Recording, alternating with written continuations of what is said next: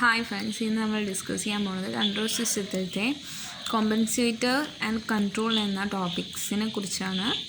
Compensator and control എന്തിനാണ് use ചെയ്യുന്നത് ഒരു സിസ്റ്റത്തിൽ? എന്ത് വേണ്ടിയാണ് നമ്മൾ ഇങ്ങനൊരു സംഭവം നമ്മുടെ സിസ്റ്റത്തിൽ ആവശ്യം വരണത് എന്ന് പറഞ്ഞാൽ,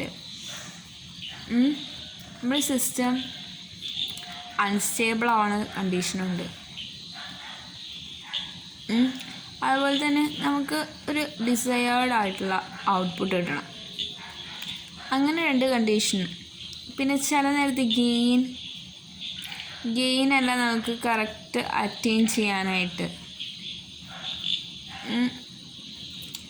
ഇങ്ങനെയുള്ള കേസിലെല്ലാം നമ്മൾ എന്ത് ചെയ്യും? നമ്മുടെ സിസ്റ്റത്തിലേക്ക് കൺട്രോളറോ അല്ലെങ്കിൽ കോമ്പൻസേറ്റേഴ്സ് ഇൻട്രൊഡ്യൂസ് ചെയ്യും. ഓക്കെ, ഇപ്പോൾ നമുക്ക് അൺസ്റ്റേബിൾ ആയിട്ടുള്ള സിസ്റ്റത്തിനെ സ്റ്റേബിളാക്കാം. നമുക്ക് ഔട്ട്പുട്ട് ഡിസയേർഡ് ആക്കാം. അതുപോലെ തന്നെ ഗെയിൻ അറ്റൈൻ ചെയ്യാം. ഇങ്ങനെയുള്ള കേസിന് വേണ്ടിയിട്ടാണ് നമ്മൾ കോമ്പൻസേറ്റേഴ്സ് അല്ലെങ്കിൽ കൺട്രോളേഴ്സ് യൂസ് ചെയ്യണത്.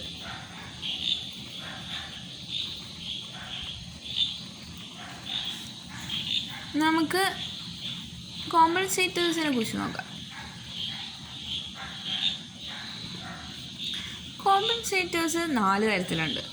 1 ലീഡ്, 2 ലാഗ്, 3 ലീഡും ലാഗും, 4 ലാഗ് ലീഡ്.